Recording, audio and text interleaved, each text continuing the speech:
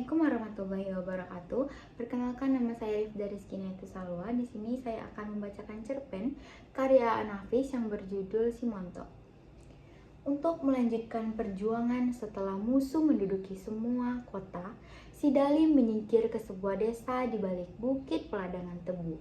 Dengan dua teman sesama prajurit, si Dali dapat mendapati rumah yang berkamar satu. Tapi mereka tidak tidur di kamar itu, melainkan pada satu-satunya ruangan yang ada. Tidur berdesakan, kamar itu sendiri ditempati si Montok dan anaknya yang berusia 4 tahun, Amir.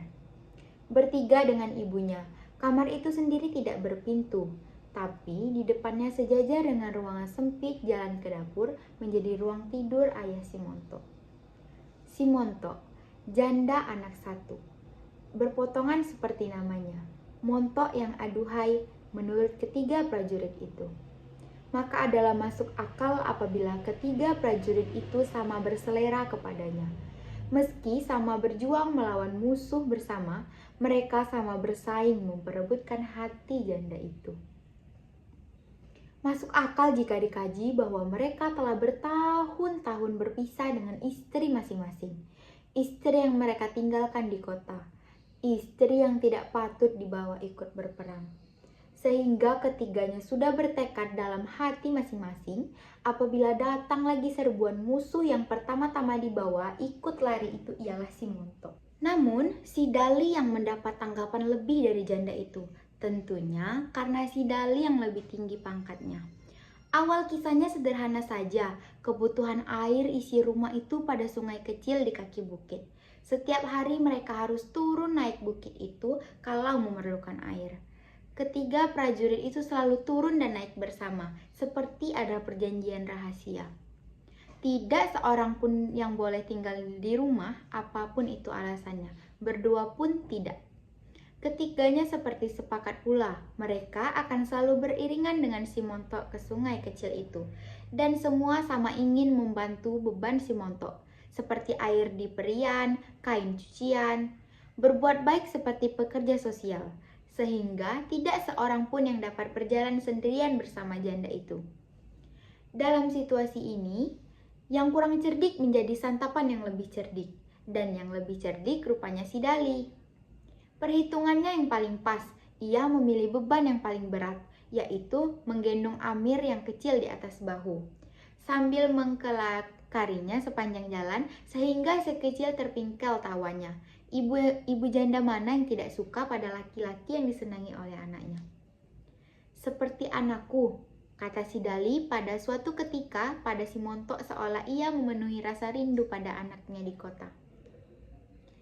Kalau Amir mau kan udah jadi ayahnya? Tergantung pada udahlah itu, kata si Montok membalas sambil mengerling.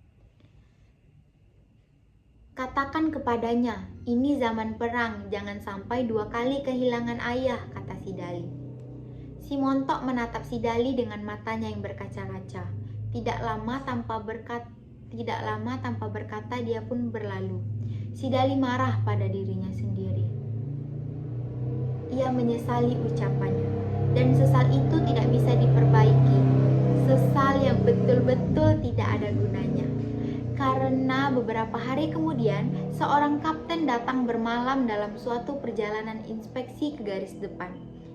Setelah matanya nanap menatap si Montok, lalu malam yang semalam menjadi berketerusan. Dan rumah kecil di lereng bukit peladangan tebu itu akhirnya berubah menjadi pos komando. Maka si Dali beserta temannya tergusurlah. Semalam saja, aku capek setelah berhari-hari jalan terus, kata kapten itu pada mulanya dia datang. Mungkin karena sifat seorang komandan yang harus mampu bertindak tegas dan cepat, maka sebelum tidur pada malam pertama ia datang, kapten itu melamar si Montok pada ayahnya. Tak obahnya orang tua itu seperti mendapat pohon durian rebah, sehingga tidak perlu memanjat dulu untuk memetik buahnya, maka lamaran kapten itu pun diterima. Sekarang saja nikahnya, kata kapten itu selanjutnya. Tapi rumah Kadi amat jauh, kata ayah si Montok. Menurut agama, yang berhak menikahkan anak perempuannya ayahnya sendiri bukan? Kapten itu memberi alasan. Malam itu juga pernikahan itu terjadi. Si Dali ikut menjadi saksi. Dan malam itu juga si Dali dan temannya tergusur seolah seperti musuh datang menyerbu lagi. Bila dulu mereka pergi begitu saja dari kota, seperti seharusnya sudah begitu, maka kini si Dali pergi membawa gerutu dan caci maki, juga menyesali dirinya sendiri. Engkau pasti akan jadi ganjal batu bila perang usai, kata si Dali pada si Montok ketika mereka ketemu. Sama saja Uda pun akan meninggalkan orang kampung ini bila perang usai. Itulah yang terjadi di pikiranku, maka aku tidak melamarmu, kata si Dali seperti membela diri. Ya, tidak Uda pikirkan pikiranku. Apa yang jadi pikiranmu? Tanya si Dali setelah lama merenung-renung maksud kata-kata perempuan itu. Udah seperti tidak perlu perempuan, padahal sudah lama aku ingin laki-laki, kata janda yang baru saja menikah itu. Tiba-tiba si Dali nanar. Ketika ia sadar, si Montok sudah berlalu membawa tubuh sintalnya yang aduhai sambil menggerai-geraikan rambutnya yang habis keramas. Sekitar masa setahun sehabis perang, si Dali menyukuri diri karena tidak sampai menikahi si Montok. Soalnya setelah perang usai seluruh tentara kembali ke kota. Maka tinggallah desa-desa yang telah memberi pelindungan hidup pada pejuang-pejuang itu. Si Montok pun ditinggal, sama seperti desanya. Maka orang kota seperti kapten itu juga sama-sama lupa pada desa tersebut. Jangan lupa pada janin yang sehat pada perut si Montok, janin yang kemudian menjadi bayi laki-laki yang bugar.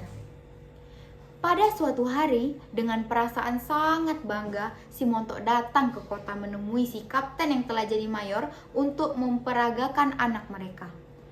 Celakanya si Montok menemui mayor di rumahnya.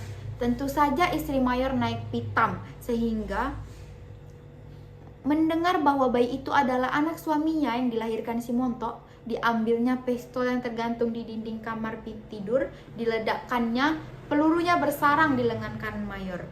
Ketika di rumah sakit, lengan itu dipotong. Karena lengan telah dipotong, mayor itu dipensiun. Kedua perempuan itu sama menyesal di kediaman masing-masing. Istri mayor menyesal karena telah meledakkan pistol suaminya. Si Montok menyesal karena membawa bayi kebanggaannya. Sedangkan mayor menyesali nasibnya sendiri. Namun tidak diketahui apakah pistol itu pun ikut menyesal. Karena selama perang tidak pernah melukai musuh, tetapi sehabis perang melukai pemiliknya sendiri. Tentu saja begitu, karena pistol itu memang tidak punya perasaan. Sekian cerpen yang dapat saya sampaikan. Wassalamualaikum warahmatullahi wabarakatuh. Terima kasih, see you!